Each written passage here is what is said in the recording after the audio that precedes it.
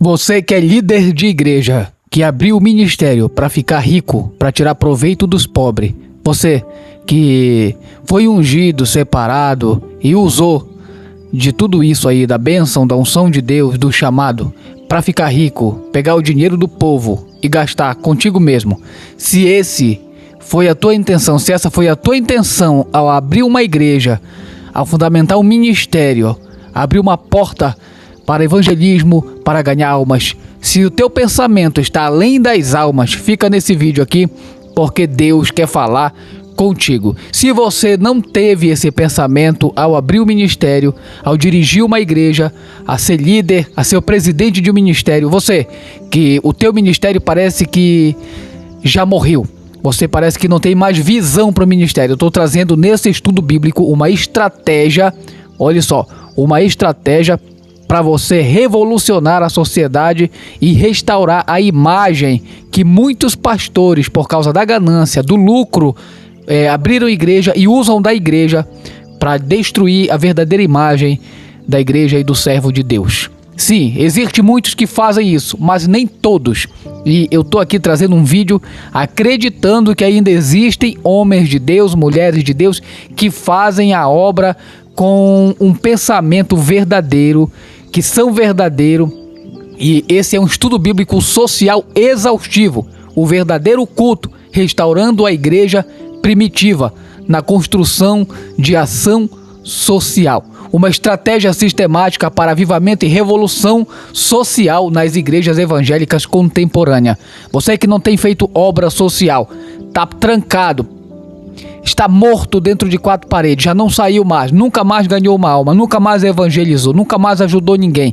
É um pedichão na igreja, só serve para pedir oferta, o dízimo, mas não tem ajudado os órfãos, a viúva e os necessitados. Fica nesse vídeo aqui que eu trago estratégias poderosas para você dar um giro de 360 graus no teu ministério, no teu chamado, na tua igreja e na tua comunidade, na sociedade onde você trabalha para a glória de Deus.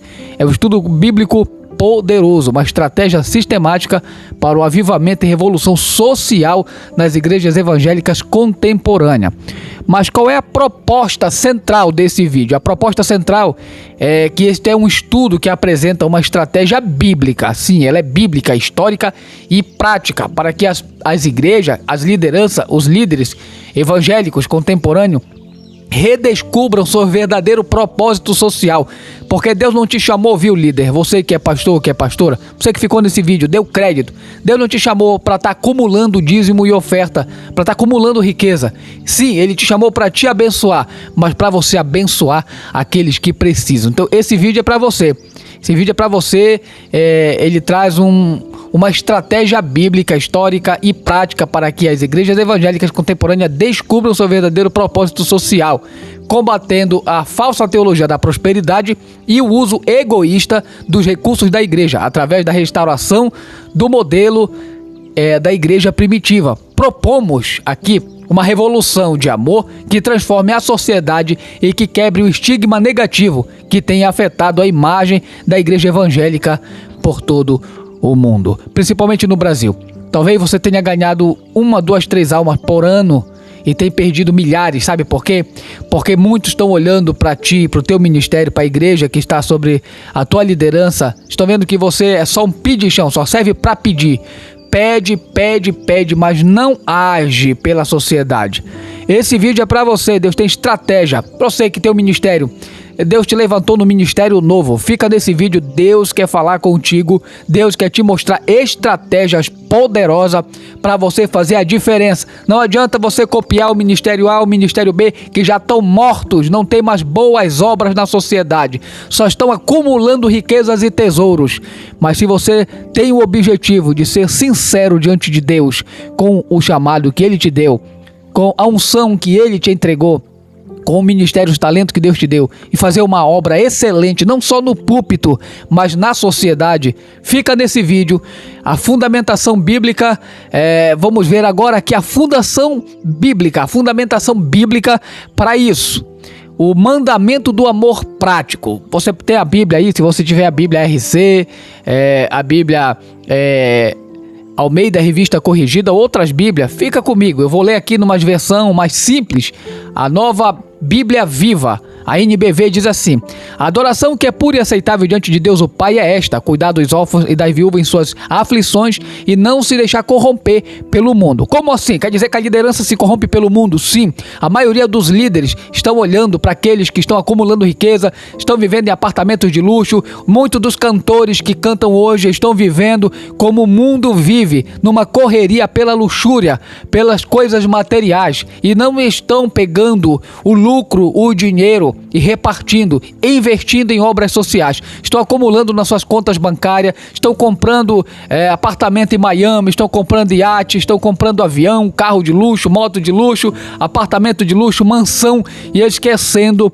que a adoração que é pura e aceitável diante de Deus o Pai é esta: cuidar dos órfãos e das viúvas em suas aflições e não se deixar corromper pelo mundo. É uma palavra forte, mas é real. A Bíblia, a Mensagem, que é uma tradução, parafraseada do Novo Testamento e do Antigo Testamento, de Eugênio H. Peterson, traz o mesmo texto da seguinte forma: a religião pura e genuína diante de Deus o Pai é esta: cuidar dos órfãos e viúva quando eles precisam e manter-se pessoalmente imaculados por este mundo. Cartas para hoje, de J.B. Phillips, diz assim: a religião que é pura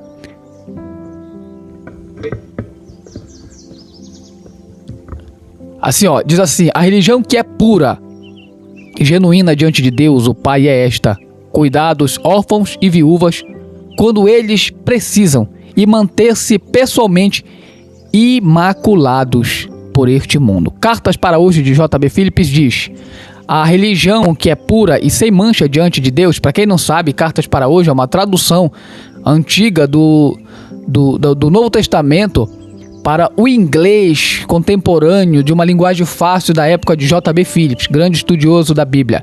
Ele diz assim mesmo nessa mesma passagem da Bíblia, em Tiago: a religião que é pura e sem mancha diante de Deus, o Pai, é esta: visitar os órfãos e as viúvas em suas tribulação e manter-se incontaminado pelo mundo. Então, aqui nós vimos as traduções. A partir daqui, na segunda parte, veremos a igreja primitiva, o modelo de comunhão social. Isso a gente pode ver em Atos, capítulo 2, versículo 44 ao 45, na Bíblia NBV, Nova Bíblia Viva, diz assim: todos os que haviam aceitado a fé eram como uma só família e tinham tudo em comum, vendiam suas propriedades e bens e dividiam o dinheiro com todos conforme a necessidade de cada um. Quer dizer, é conforme a necessidade. Não sai dando dinheiro para ninguém, não. É conforme a necessidade. A gente sabe que às vezes tem alguns, crentes mal intencionados que querem só ganhar sem fazer nada, querem só ganhar, não querem procurar trabalho. A ajuda, o socorro é para quem realmente precisa. Atos capítulo 4, versículo 32 ao 35, diz o seguinte: todos os que creram eram de um só coração e uma só alma. Ninguém considerava a sua propriedade como sendo apenas sua, mas compartilhavam tudo. Com grande poder, os apóstolos continuavam a testemunhar da ressurreição do Senhor Jesus, e Deus derramava abundante graça sobre todos. A obra social é acompanhada do evangelismo, O primeiro é o evangelismo, é a palavra que salva, que liberta, que transforma, e em seguida é a ação da igreja em prol do bem-estar daqueles que necessitam. A Bíblia diz: não havia necessitado entre eles, pois os que possuíam terras ou casas as vendiam, traziam dinheiro e o depositavam aos pés dos apóstolos, que o distribuíam conforme a necessidade de cada um. Atos capítulo 6, do versículo 1 ao 7, na Bíblia NBV, fala sobre a instituição do diaconato, que é importante. Diz assim: naqueles dias, à medida que o número de discípulos aumentava, os israelitas, ou melhor dizendo, os helenitas, não israelitas, os helenitas começaram a queixar-se dos hebreus, porque as suas viúvas não recebiam assistência diária. Quer dizer, se eles estavam reivindicando ajuda, socorro, é porque a igreja primitiva trabalhava com isso.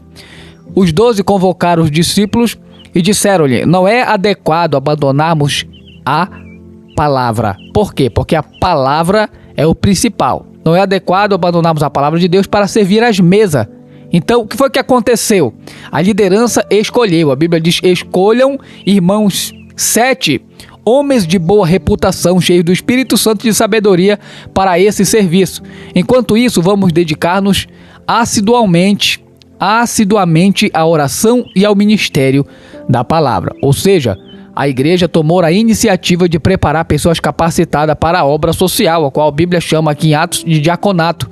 7 diáconos foram escolhidos conforme a direção do Espírito, pessoas que Deus havia preparado para essa obra. Faça o mesmo, você que é líder.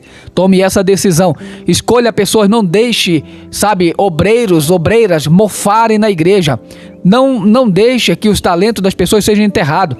A tua ganância, a tua ambição talvez esteja sufocando o talento de outro. Bota o negócio para frente, bota a obra para funcionar, bota o povo para trabalhar. Separe esses irmãos, essas irmãs para uma obra externa. Não deixe o povo ficar sufocado dentro da igreja. O comentário exegético que eu trago é o seguinte: a igreja primitiva, ela insistiu e até instituiu o diaconato não como departamento secundário, mas como importante negócio. Atos 6, verso 3 mostra que esse ministério não era simplório, supérfluo, mas ele era importante negócio para a expansão da obra. Atos 6, verso 3. A escolha de 7 homens cheios do Espírito Santo para servir às mesas demonstra que a ação social é ministério espiritual de primeira linha. Infelizmente, muitos líderes, sim, você aí que é líder, você que é líder de ministério, é presidente de ministério, você que está na frente do trabalho, é o líder principal. Dê valor naqueles que Deus colocou ao teu lado para trabalhar. Põe o povo para trabalhar, põe uma obra social. Entenda nesse vídeo que Deus quer restaurar o teu ministério. Ele quer que você vá além. Deus quer apagar rastros que ficaram para trás, que estão deixando pessoas, estão seguindo esses rastros, estão se perdendo. Por quê? Porque são rastros de ganância, rastros de vaidade, rastros de uma igreja que virou egoísta, só quer acumular tesouro aqui na terra para si, não quer repartir. Então, faça a diferença. Terceiro ponto, a crítica profética ao formalismo religioso. Isaías 58 dá uma quebrada, desbanca a mesa concernente a isso. A gente sabe que é exatamente o que está acontecendo. E você que está olhando para esses ministérios e tem eles como exemplo, e não a Bíblia, não a palavra de Deus, tem o ministério A, o ministério B, que já não tem mais boas obras, você vai cair no mesmo abismo que eles. Abre o teu olho. A crítica profética ao formalismo religioso. Isaías 58, do versículo 6 ao 7, na Bíblia NBV diz: o jejum que eu desejo é este: soltar as correntes da injustiça, desatar as cordas do jugo, deixar livres os oprimidos e romper todo o jugo. É compartilhar sua comida com os famintos e dar abrigo aos pobres, desabrigados, vestir os que estão nus e não desviar o olhar de seus semelhantes. Então, olha só, esse é o teu dever. Você que diz que está ganhando alma para o Senhor, que trabalha para a obra de Deus, que é servo do Senhor, que pede oferta para isso, pede oferta para o saco de cimento, pede oferta para fazer o piso, pede oferta para o ar-condicionado, é um pedimento de dinheiro para isso, para aquilo, mas o investimento é em coisas e não em pessoas. Eu quero que você deixe um comentário aqui para mim na Bíblia, sobre a Bíblia, aqui nesse vídeo. Comenta aí para mim mostrando que o reino de Deus, o reino do céu, investe mais em coisa do que em pessoas. E eu falo da obra de Cristo como o reino dos céus. Mostra para mim aqui que a igreja primitiva investia mais nas coisas materiais do que nas pessoas. Que Deus abençoe grandemente o teu ministério. Mateus capítulo 25, versículo 35 ao 40 diz assim, na Bíblia a mensagem: pois eu estava com fome e vocês me deram comida, estava com sede e vocês me deram de beber. Eu era estrangeiro e vocês me receberam em suas casas. Estava sem roupas e vocês me vestiram.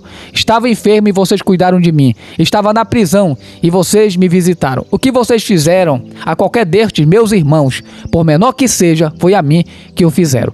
Aqui eu quero que você encontre o saco de cimento, eu quero que você encontre a argamassa, o tijolo, a areia, o seixo. Eu quero que você encontre aqui o porcelanato, o ar-condicionado, o tapete caro. Eu quero que você mostre para mim aqui as cortinas de luxo. Não tem. O investimento do reino dos céus é em pessoas. Louvado seja o santo nome do Senhor. Esse vídeo é Deus trazendo renovo, uma restauração para a igreja brasileira. Louvado seja o santo nome do Senhor. Quarto ponto, a condenação da ganância e a defesa dos pobres na Bíblia Sagrada. Redobre a tua atenção, pega a tua Bíblia lá, Tiago capítulo 5, versículo 1 ao 5, em Cartas para Hoje de J.B. Phillips, ele parafraseia o Novo Testamento nesta passagem da Bíblia da seguinte forma: vocês ricos, chorem e gritem de angústia por causa das desgraças que estão para sobrevir. Suas riquezas apodreceram, e o ouro e a prata enferrujaram. Vocês acumulam riqueza nos últimos dias. Vocês acumularam, diz ele, riqueza nos últimos dias. Vejam, o salário dos trabalhadores que ceifaram seus campos e que vocês retiveram injustamente está clamando contra vocês. Vocês viveram na terra em luxo e prazer, engodando-se para o dia do abate. Quer dizer, essa busca injusta pelo dinheiro alheio, pelo dinheiro, sabe? Por que alheio? Porque o dízimo e a oferta não é só para ti, pastor. O dízimo e a oferta não é só para tua família, nem só para o teu bem-estar. É para o bem-estar do órfão, da viúva, do pobre, do oprimido, do necessitado, do carente, do enfermo, do doente, do nu, do que está com fome, do que está com sede. E se você pega esse dinheiro e aplica somente em coisas e na tua família, no teu carro, na tua moto, no teu luxo, na tua vaidade, você peca. E você está se preparando para o abate.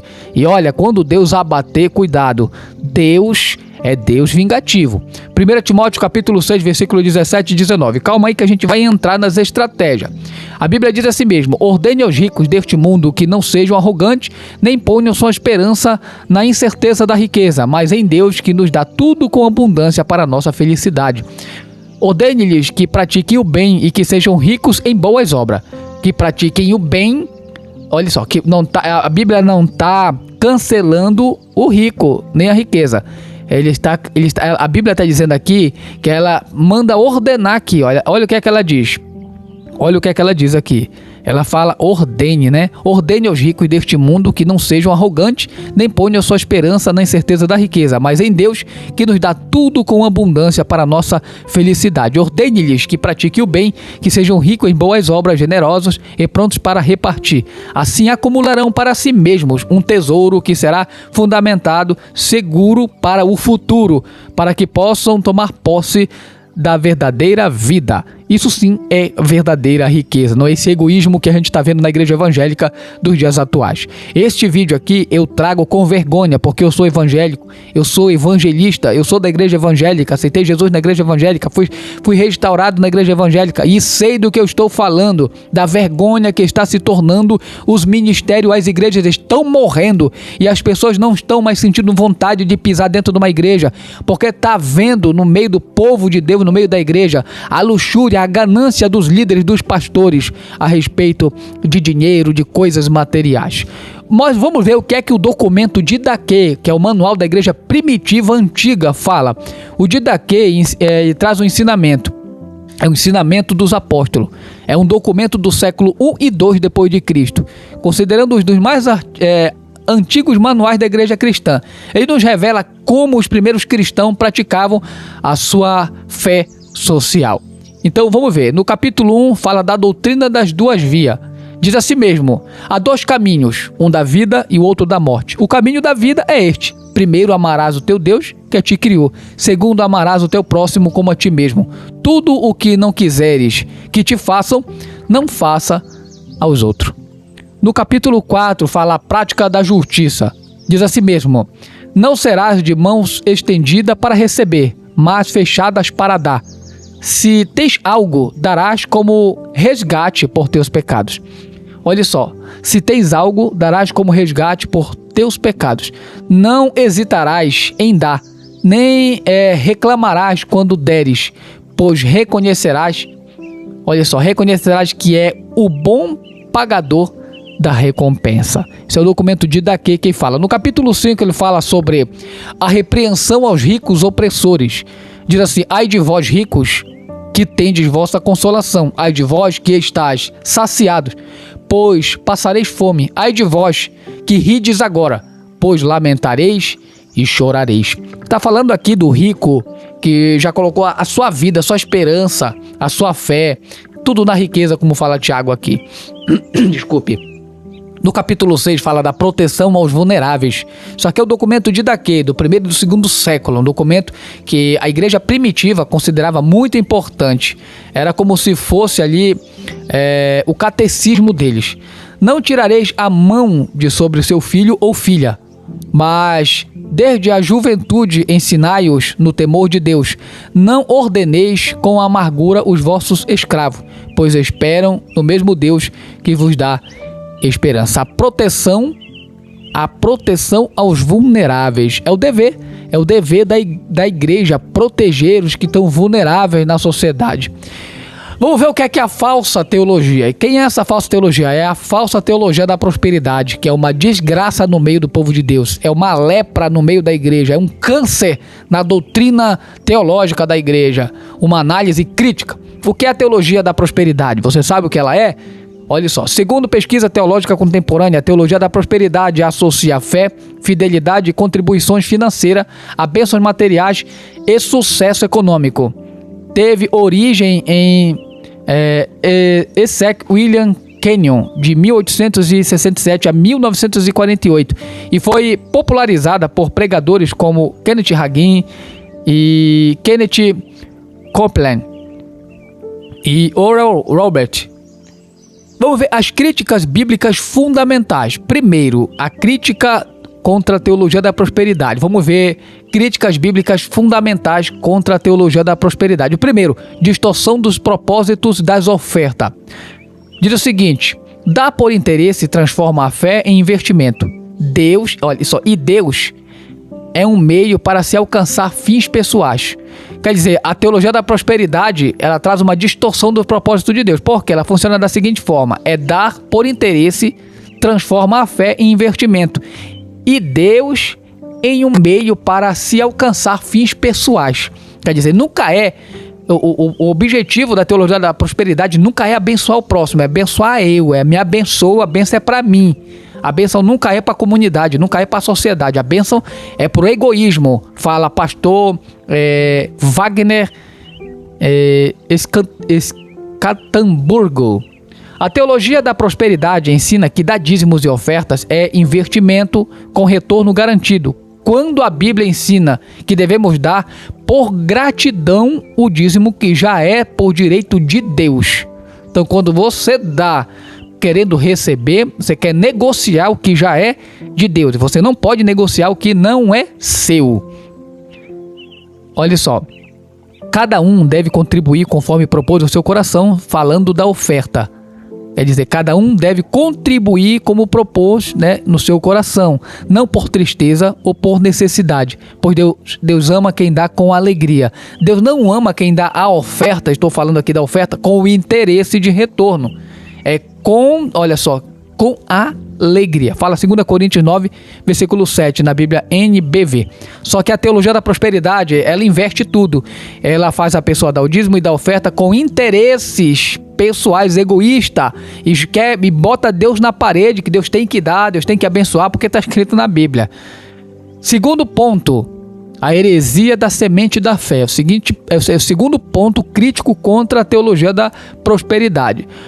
Oral Roberts usava Gálatas capítulo 6, versículo 7 para ensinar que ofertas geram retorno multiplicado, mas ignorava o contexto imediato do versículo 8.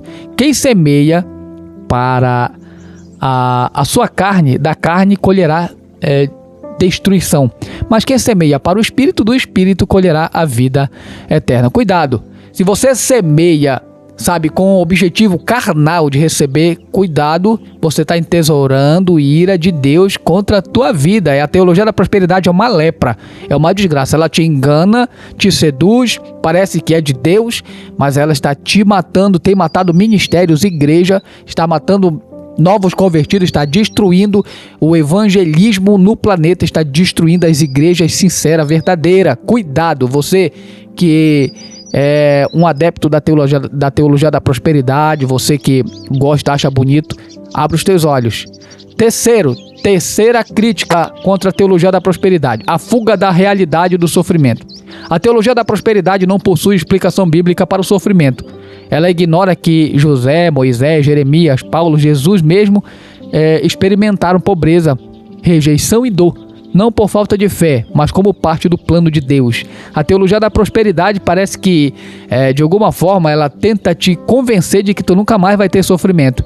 Na verdade, o que mais tem é crente sofrendo na igreja. Os únicos que estão bem de vida é o líder que tira proveito, tira dinheiro, pega o dinheiro do povo para gastar no seu bel prazer. Eles são os únicos que saem bem na foto, mas o povo está aí padecendo. Não tem muitos não que estão se dando bem, estão enganados com essa teologia da prosperidade.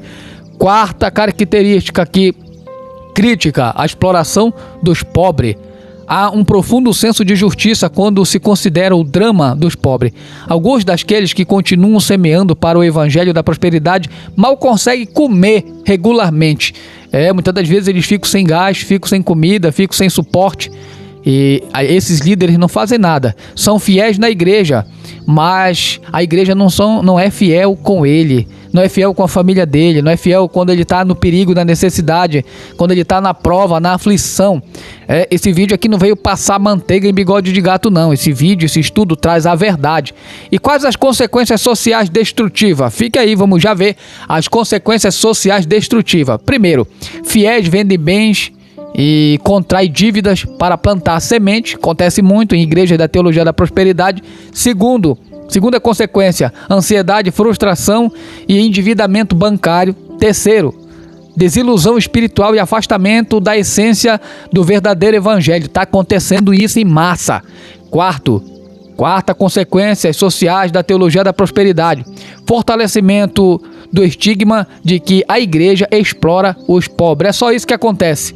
É só esse fortalecimento, só faz ajudar mais os críticos e os que estão escandalizados a dizerem em suas consciências: eu estava certo, a igreja só presta para pedir, só serve para pedir, e o povo continua aí na desgraça, na miséria. Vamos ver exemplos nacionais e internacionais de ação social transformadora. Aqui eu entro com as estratégias. Pegue essas estratégias, esses exemplos aqui são estratégias de Deus para revolucionar as igrejas atuais. Exemplos nacionais e internacionais de ação social transformadora. Exemplos nacionais: no Brasil, o Ministério Canaã de Fortaleza, Ceará, ele traz um alcance. Qual é o alcance dele? Mais de 500 famílias assistidas em comunidades vulneráveis, como Rosalina e Riacho Doce. Quais as ações que eles tomam nessa estratégia? 5.000 brinquedos, 3.000 lanches para criança e eletrodomésticos, móveis, roupas e fralda. Você que achou que toda a igreja evangélica só servia para pedir, está aqui uma igreja que usa estratégia para fazer a obra da ação social expandir e dar o bom exemplo. Qual é o contexto? Em que contexto esse Ministério de Canaã de Fortaleza, Ceará? O contexto é o seguinte: comunidades dominadas pelo tráfico de drogas e facções criminosas. Eles agem nessas áreas onde a sociedade é mais marginalizada. E qual a estrutura? 40,9% dos atendimentos em saúde e 46,7% em assistência social. A estrutura é essa. E qual o impacto? O impacto são milhões de atendimentos anuais em todo o Brasil. Segundo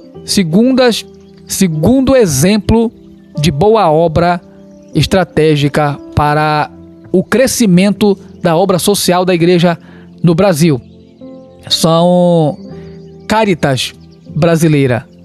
O histórico são 61 anos de atuação no Brasil e o alcance todo o território nacional, especialmente Nordeste e Centro-Oeste. E quais as ações desses Caritas brasileira? Quais as ações? Primeiro, economia popular solidária. Segundo, agricultura familiar e segurança alimentar. Terceiro, cisternas e captação de água de chuva.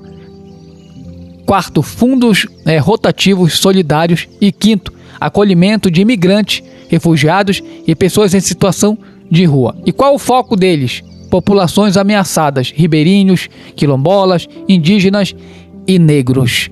E você? O que você está fazendo?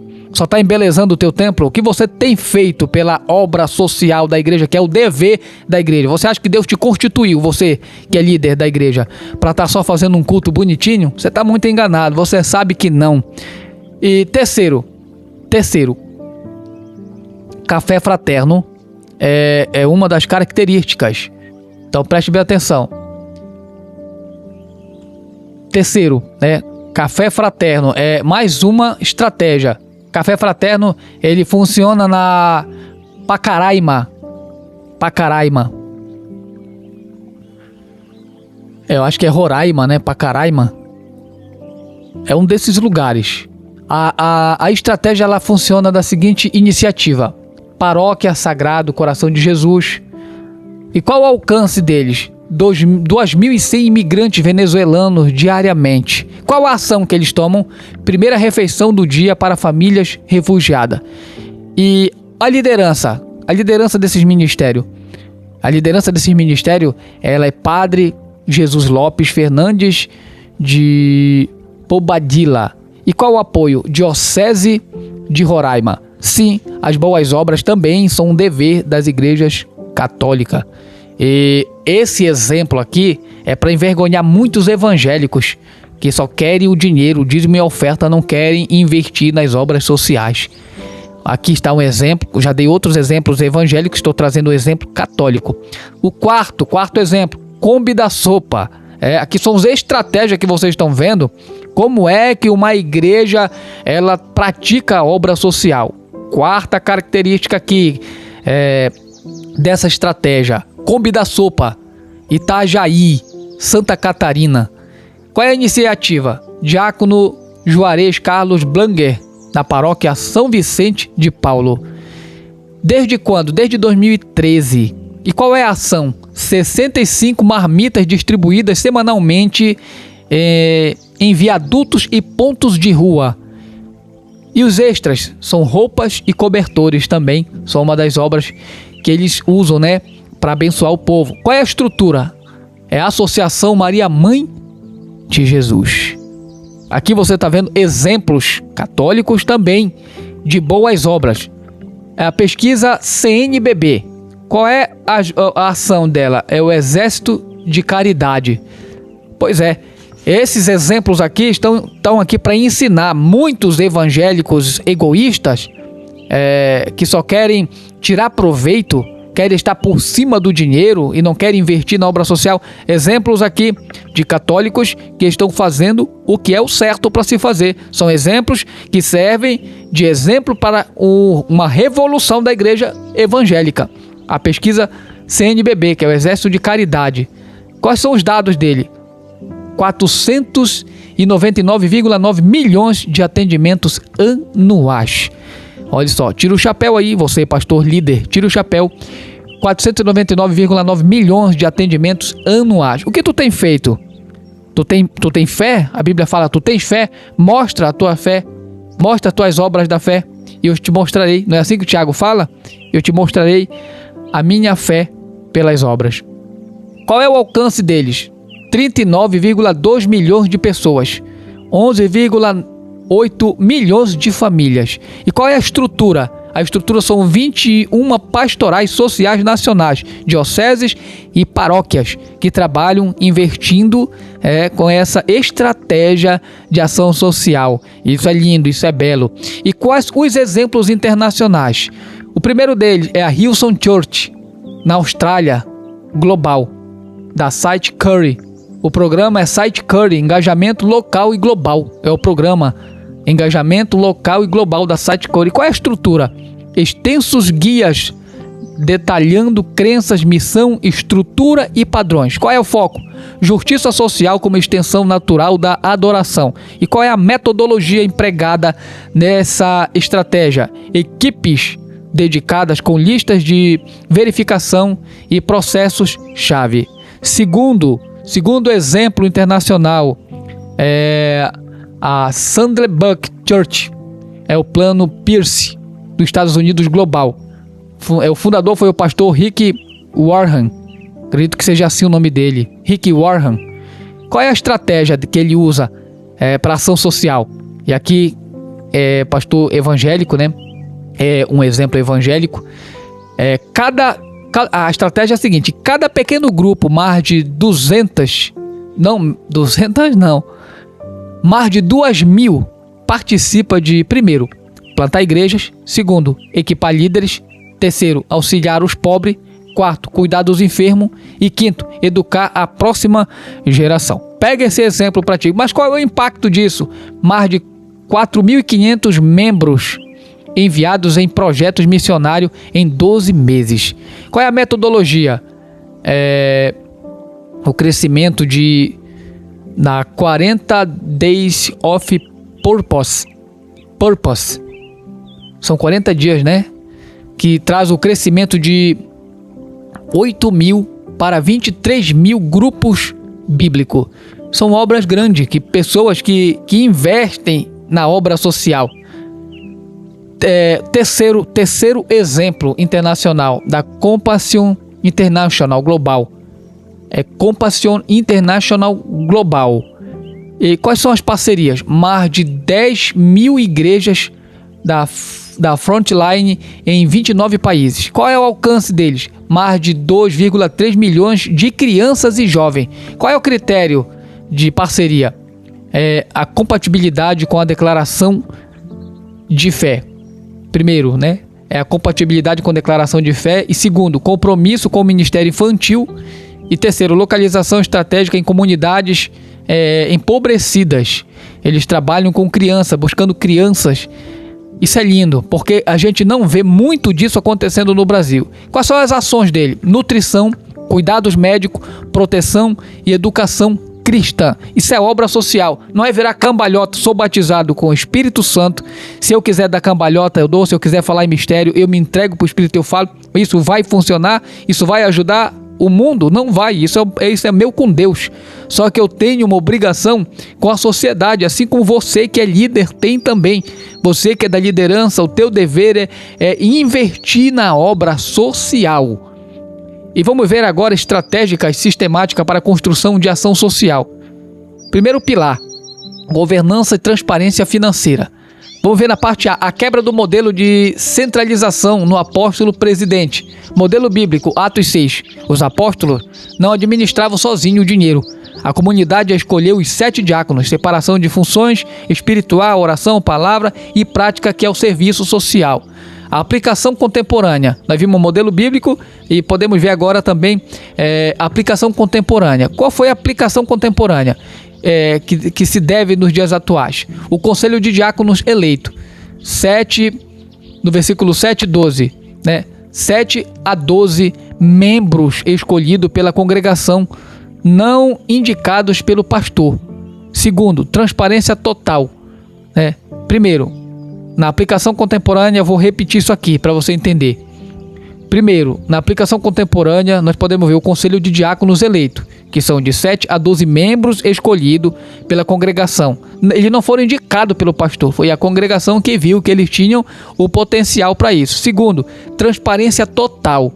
Publicação mensal de entradas e saídas, incluindo percentuais aplicados em ação social. Está falando do dinheiro. A transparência.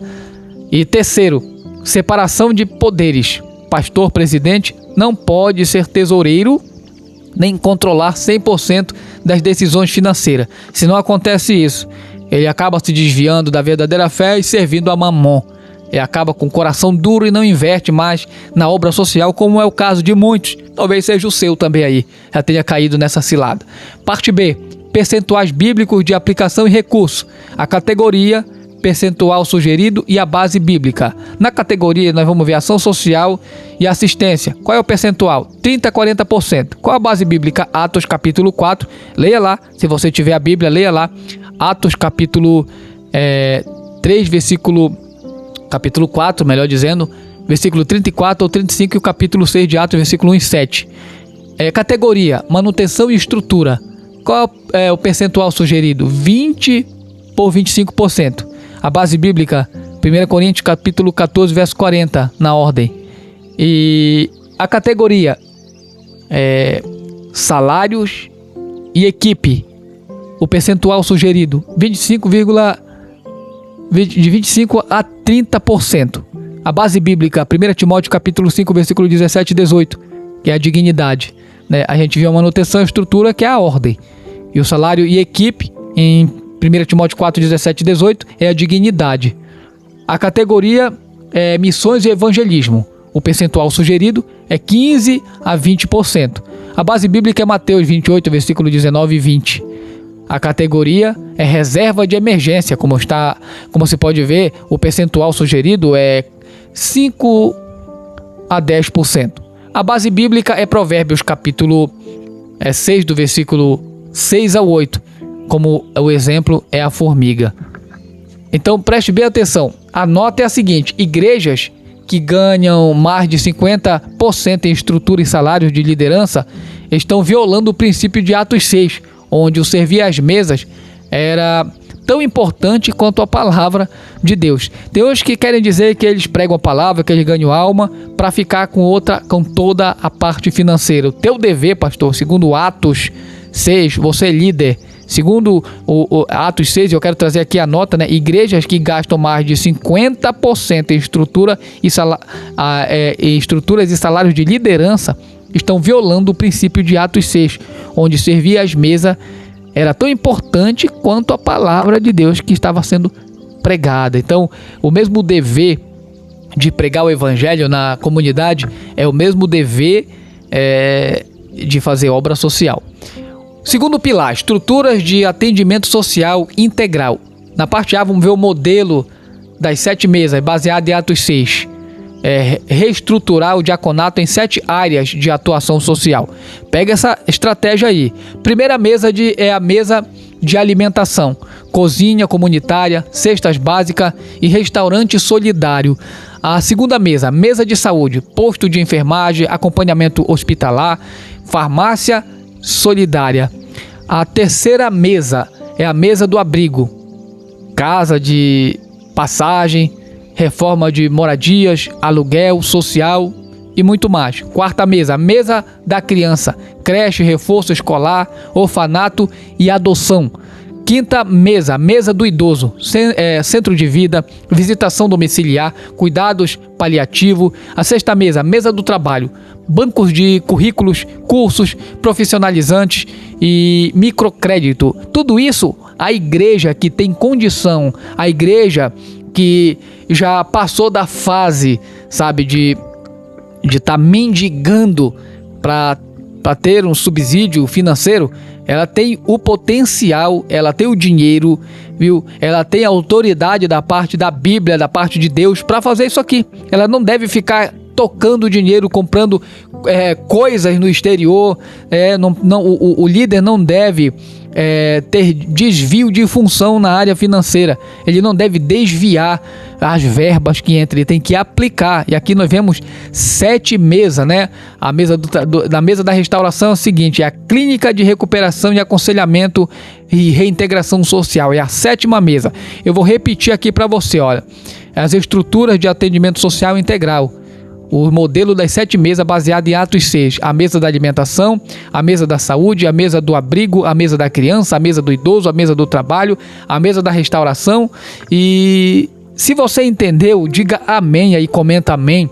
Vamos ver na parte B. Cadastro e acompanhamento sistemático. A ficha social completa. Dados pessoais, composição familiar, vulnerabilidade específica. Tudo isso é um dever que a igreja precisa exercer. E sistema de pontuação, priorização baseada em critérios objetivos, idosos sozinhos, famílias com crianças, doentes e graves, é um dever, né? São o cadastro e acompanhamento sistemático. A igreja precisa ter um cadastro, um acompanhamento sistemático da sua função social e também acompanhamento de caso. Cada beneficiário, acompanhado por um diácono voluntário, deve fazer tudo com ordem e decência. E também a reavaliação trimestral, verificação de evolução ou novas necessidades dos beneficiados da obra social da igreja. O terceiro pilar, o atendimento aos grupos vulneráveis específicos. Nós vamos ver o primeiro: marginalizados e população de rua. A estratégia é a seguinte: abordagem noturna, Kombi de sopa, é o modelo. E o horário, das 21 às 23 horas, quando abrigos públicos estão fechados.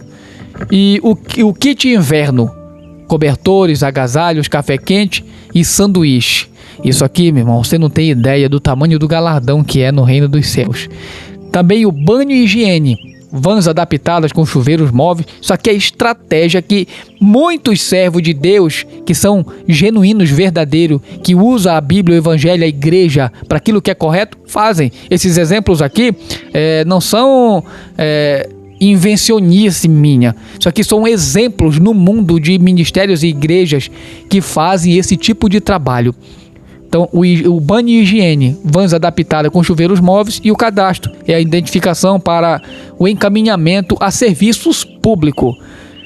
Na parte 2, nós vamos ver viciados em droga nas sarjetas. Qual é a estratégia? Abordagem nas bocas de fumo, não esperar que venham até a igreja, porque eles estão presos lá, né? Estão presos na droga. Qual é a equipe? Ex-usuários recuperados como agentes de proximidade. E a oferta? O que levar? Água, lanche, kit higiene, sem condicionantes. A escuta, primeiro ganhar confiança, depois oferecer tratamento. E a parceria é a seguinte: clínicas terapêuticas com vaga reservada para encaminhamento imediato dessas pessoas. O dever da igreja é ir atrás. E a estrutura social pública, ela está esperando. Se você, igreja, puder ajudar, faça essa obra social, a recompensa vem do céu. Terceiro, prostitutas sem esperança. Qual é a estratégia para abordar, para fazer uma obra social com elas também? Uma abordagem nos pontos de prostituição. Qual é o horário? Madrugada, das 2 às 5 da manhã, quando o movimento é menor e o diálogo é mais possível. Qual é a oferta? O que levar? O que oferecer? Café, preservativo, que é a prevenção do IST, cartão de apoio psicológico. Sim, esse é o dever, isso é obra social. Tem gente que nem sabe o que é obra social na igreja. E essa é a oferta, né? O residencial é o seguinte: casa de passagem exclusiva para mulheres em saída da prostituição. Isso aqui a igreja tem que criar uma estrutura para recolher esse tipo de pessoa, que muitas das vezes já foi até expulsa da casa, não tem mais crédito nem na própria família. E a reinserção é o seguinte: cursos de beleza, costura, culinária, com bolsa e auxílio. Você pode estar ajudando essas vidas a dar a volta por cima. Não é só teu nome está escrito no livro da vida, tu aceitou Jesus, então agora pronto, é com Deus. Não. A igreja tem o dever de fazer toda essa estrutura, de ter grande parte. Quem dera se tivesse uma igreja que trabalhasse com todas essas estratégias aqui, ela seria excelente. Quarto, traficantes e facções. Qual é a estratégia para chegar com o traficante? Portas abertas, não abordagem direta em território dominado. Qual é a comunicação? Testemunhos de ex-traficantes convertidos. Qual é a oferta? O que levar diante desse tipo de pessoa? Uma saída digna. Cursos profissionalizantes e emprego, porque eles estão acostumados com o dinheiro, com o lucro. Eles têm que sair dali e encontrar esperança em algo mais. Além da salvação pela alma deles, eles têm que ter uma estrutura social de esperança para acreditar, sabe, que eles podem deixar de ser marginal e voltar para o centro da sociedade. Qual é a mediação? Diálogos com lideranças comunitárias para paz local. E cultos de rua, realizados nas próprias comunidades. E não na igreja central. Você pode fazer cultos de rua e ganhar essas pessoas para Jesus. Quinto, imigrantes e refugiado. Qual é a estratégia para chegar com o imigrante? É o acolhimento integral, que é o modelo Café Fraterno. A documentação. Você pode trabalhar com documentação, que é o auxílio no processo de regularização. E também a moradia, casa de passagem ou rede de famílias acolhedoras. Também emprego, intermediação com empregadores, curso de português. Tudo isso você pode estar ajudando imigrante. E a integração é grupo de convivência, preservação cultural. Sexto, par de família desabrigado, que muito acontece dentro da igreja, né? Muitas das vezes o camarada perde tudo que ele tinha, o trabalho dele, ali o emprego fica na espinha, fica difícil. A igreja muitas das vezes finge que não está vendo nada. Par de família desempregado são alvo das boas obras sociais. Qual a estratégia? Banco de oportunidades. Qual é o cadastro? Currículo, habilidades, históricos, profissionais. Tem muitas das vezes tem empresário dentro da igreja que prefere dar um um emprego para pessoas de longe do que dos domésticos da fé, de próprio dentro da igreja. Ajude essas pessoas que sabe, com a família, tá sem emprego. Se você tem um serviço, dê para ela, dê para essas pessoas. Se você conhece alguém, ajude ela a arrumar um emprego, um serviço. Esse é o cadastro. Também podemos ver a network, empresários acabei de falar, empresários da congregação oferecendo vagas prioritárias. E a capacitação cursos rápidos, pedreiro, eletricista, cuidador de idosos e muito mais. E o microcrédito, empresários sem juro para iniciativa própria. Isso aí não é para qualquer um, é para aqueles que acreditam que Deus é Deus para suprir e dar recompensa. 7º, obreiros da igreja em situação de carência. A política é o seguinte: nenhum obreiro deve passar necessidade enquanto serve a igreja. O diagnóstico é o seguinte: pesquisa anônima de vulnerabilidade entre líderes, e o auxílio emergencial é o seguinte: caixa de solidariedade para o obreiro. A igreja precisa valorizar aqueles que dão valor e dão a vida pela obra. O plano de carreira, progressão salarial baseada em tempo de serviço, férias remunerada, descanso obrigatório para prevenir o burnout. Então a igreja ela precisa cuidar mais dos obreiros dela. Tem igreja que infelizmente trata o crente obreiro simplesmente como diziam aqui no meu lugar, um lambaio, um escravo, e não tem assistência, não tem o amor da igreja, da liderança. 8º, doentes em casa de hospital. Qual é a estratégia? A estratégia é pastoral hospitalar estruturada. A equipe é voluntários treinados, não apenas visita de cortesia. E o serviço: leitura, oração, companhia, auxílio ou auxílio com burocracias. Cuidados paliativos, acompanhamento de famílias em processo de luto. E qual o transporte? Carona para consultas e tratamento. Isso aqui são doentes em casa e hospital, dever da igreja dar este suporte social. O 9º, idosos isolados. Qual a estratégia? Programa de visitação domiciliar. Com qual frequência? Semanal obrigatória. E quais atividades? Leitura bíblica, música, jogos, higiene pessoal. E a tecnologia? Tablet para videochamada ou familiares distantes. Isso aqui a igreja pode dar esse suporte no momento em que o idoso está isolado, está longe dos seus familiares. E qual é a emergência? Botão do pânico e monitoramento botão do pânico, e o monitoramento 24 horas. 10º, órfãos e viúvas. Qual é a estratégia? Programa, como fala em Tiago, capítulo 1, versículo 7, prioridade bíblica absoluta. Com abrigo, casa de passagem ou famílias acolhedoras treinadas. Não adianta colocar na casa de qualquer um, tem que ser treinada, tem que ter experiência em socorrer, ajudar e dar abrigo. Qual é a educação? Bolsa escola integral até universidade. A psicologia, acompanhamento traumático especializado. E a integração? Inclusão em atividades da igreja sem estigma. O pilar 4, combate à falsa teologia da prosperidade.